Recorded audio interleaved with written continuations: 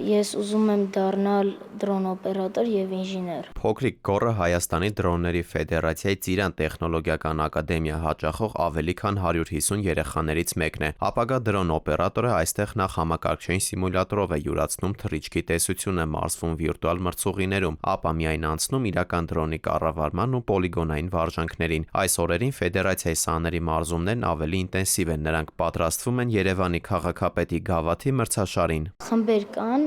դասատուները որոշում են ով մասնակցի, ով չէ,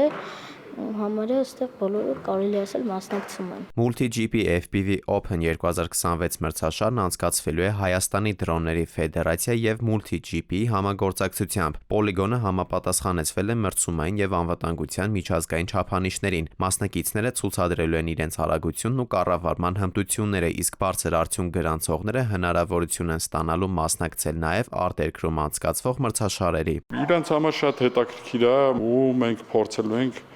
ավելի զարգացնենք, ավելի բերենք այս դրսից էլ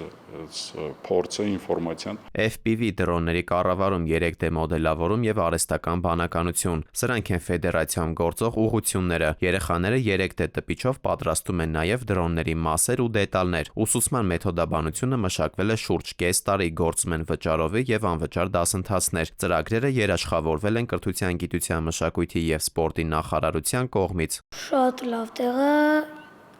Ես սա մասնակցել եմ մրցույթի ամսի 21-ին, 22-ին, 23-ին